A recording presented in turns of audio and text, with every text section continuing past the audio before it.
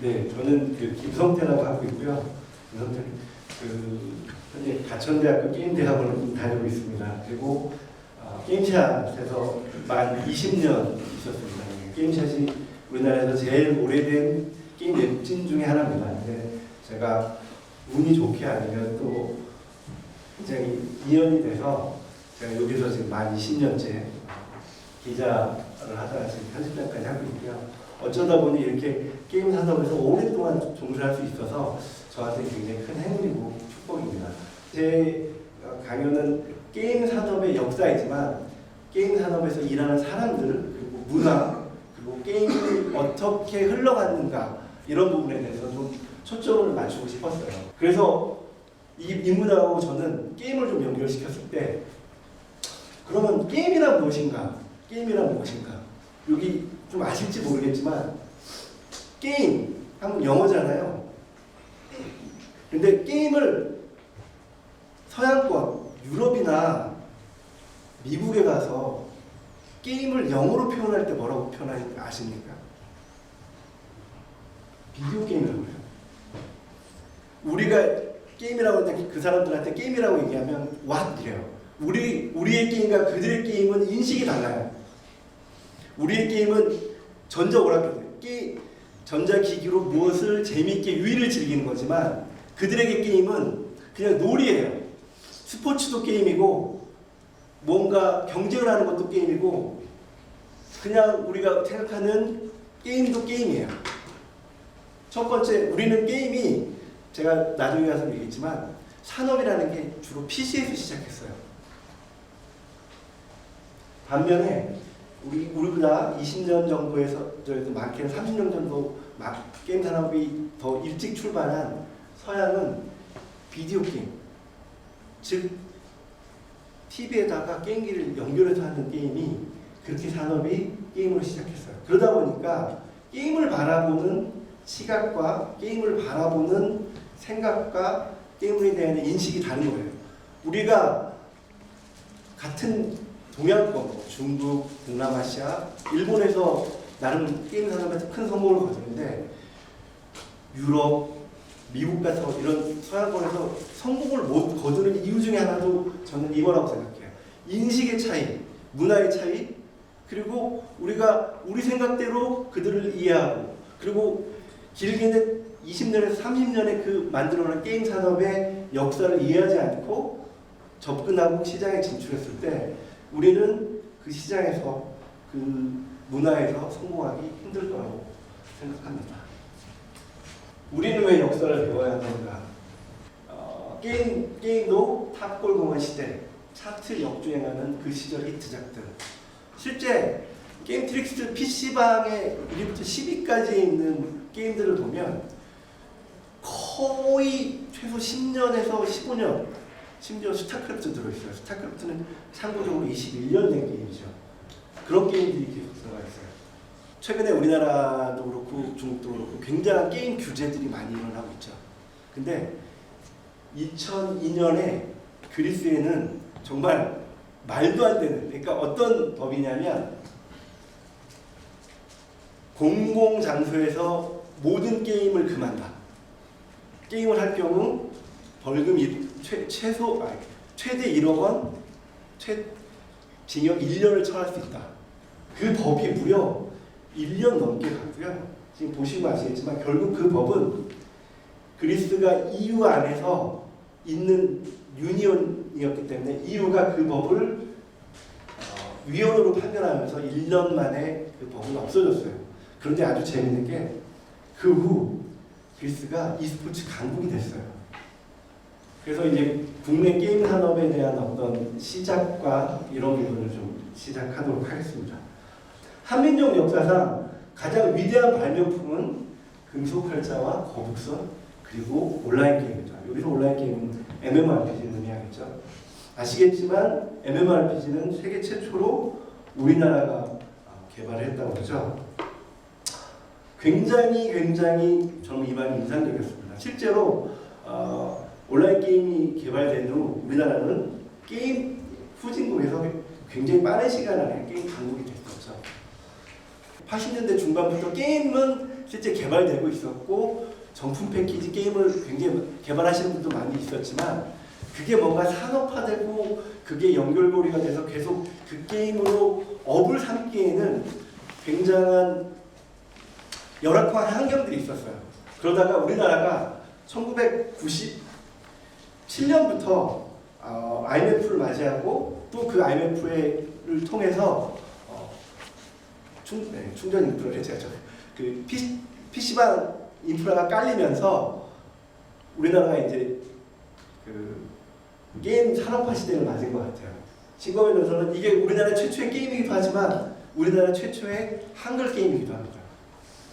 이 신검의 전설은 우리나라의 게임 산업에 저는 굉장히 중요한 역사라고 생각해요. 당시 고등학생 2명이 게임을 만들어냈고 그 당시에 우리도 게임을 만들 수 있구나라는 것을 증명했어요.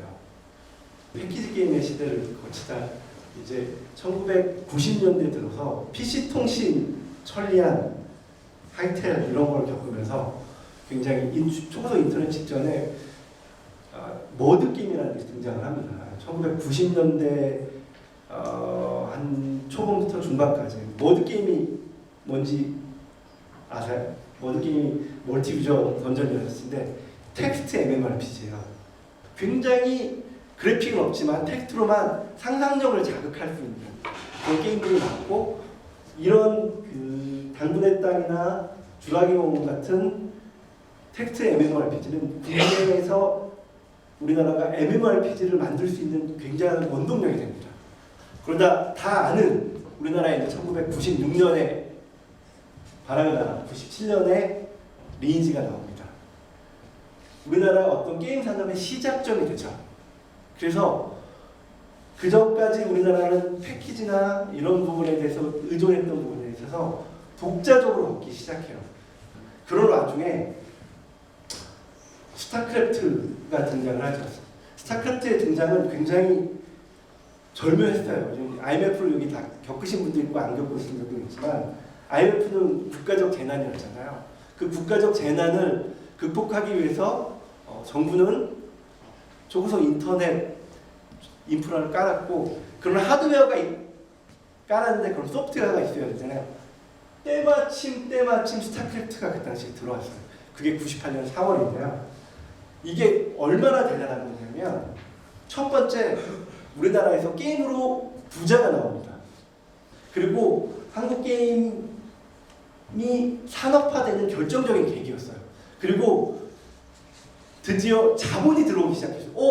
게임이 돈이 된대 라고 하니까 게임을 만들다 그러고 게임을 회사를 창업하면 어디에서 돈을 투자받기가 쉬워졌어요. 그래서 한국 게임 산업은 이때부터 산업으로서의 역사의 출발점을 했습니다. 이런 산업화 시대를 맞이하는 한국 게임 산업은 대중화 시대를 겪어요.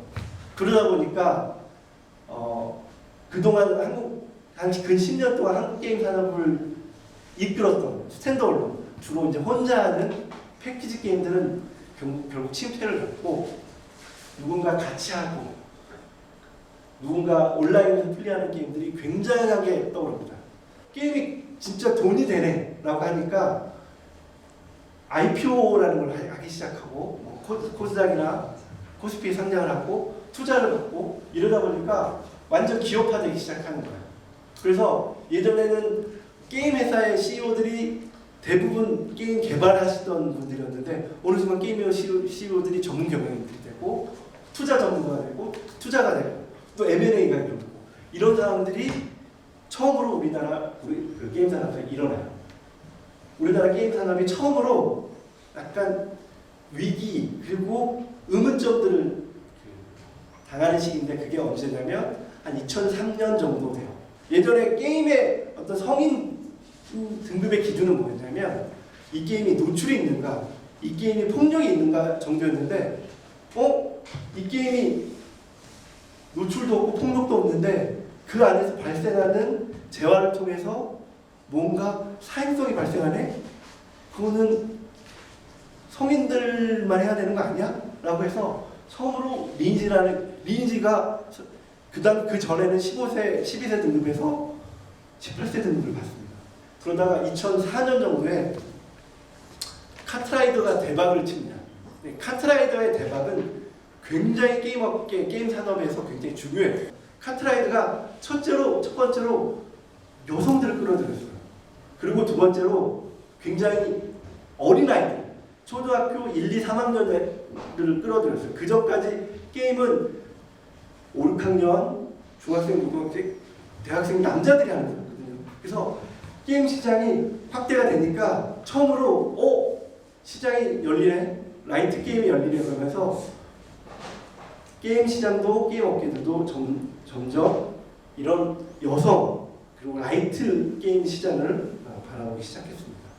RPG 시장에서 처음으로 한 2005년 기점으로 해서 FPS 게임이 성장을 하고 시장에서 성공을 거뒀어요. 실제로 2005년에 스페셜 포스가 동시 접속 10만을 돌파하면서 굉장한 파장을 일으켰죠. 그리고 스페셜 포스는 우리나라 최초로 게임 마케팅에서 굉장히 중요한 역사적인 마케팅을 해요.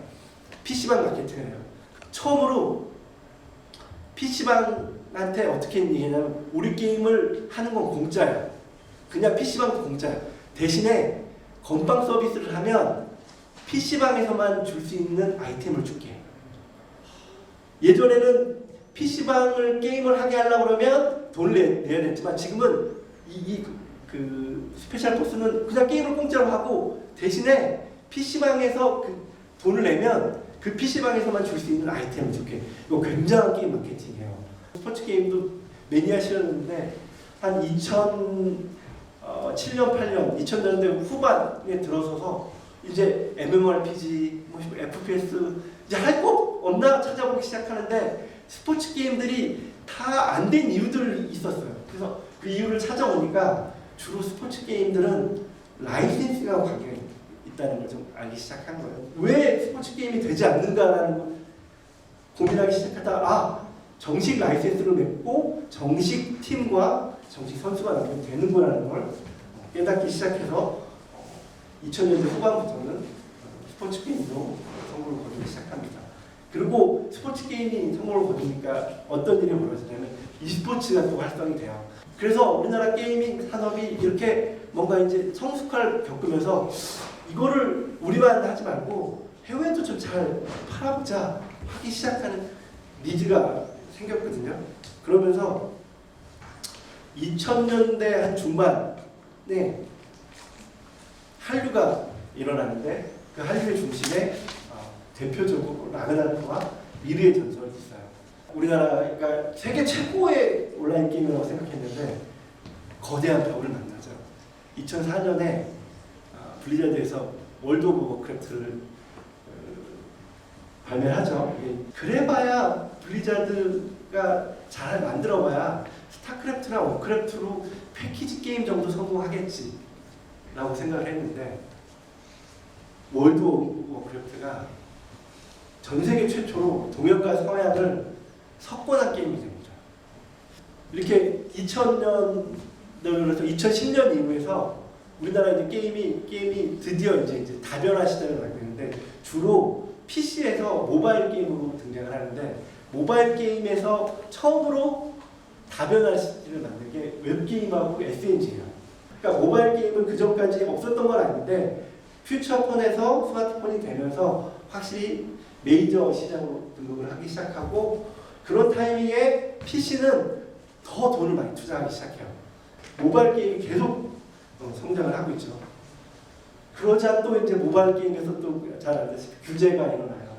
확률화 아이템을 가지고 규제를 하고 보건복지부 광고나 최근에는 모바일 게임 셧다운제 얘기도 나오기 시작하죠. 모바일 게임도 경쟁이 치열해지니까 굉장히 IP에 기대를 많이 하기 시작했고 그래도 좀 큰 게임 회사에 나오는 게임 중에 유명 IP를 차용한 게임들이 벌써 30% 넘더라고요. 근데 제가 볼 때 이거는 더 심해질 것 같아요. 전 VR 게임의 미래는 성인 콘텐츠라고 생각을 하거든요. 근데 성인 콘텐츠는 보니까 VR 게임으로 무언가를 좀 만들어내고 수익을 좀 만들어내고 있는 것 같습니다. 해외 사례만 봐도요. 최근에는 또 블록체인 게임 한다고 하는데 블록체인은 아시겠지만 블록체인 게임은 국내에서 서비스가 지금 불가능하죠. 이게 이제 사행성이 있기 때문에 그렇긴 한데 이걸 놓고도 굉장히 지금 많은 논의가 이루어지고 있습니다. 작은 게임 회사들이 없어요. 그러다 보니까 다 인디 게임들이 몰리는 어떤 슬픈 일이지만 반대로 그 인디 게임들이 굉장히 우리나라 산업에서 경쟁력을 가져서 한국의 어떤 그런 인디 게임 문화를 많은 그 다른 게임 업계 사람들이 되게 동경하고 어떻게 그렇게 너희는 인디 게임 문화와 인디 게임이 그렇게 빨리 활성화될 수 있었느냐고 저한테 질문을 하더라고요.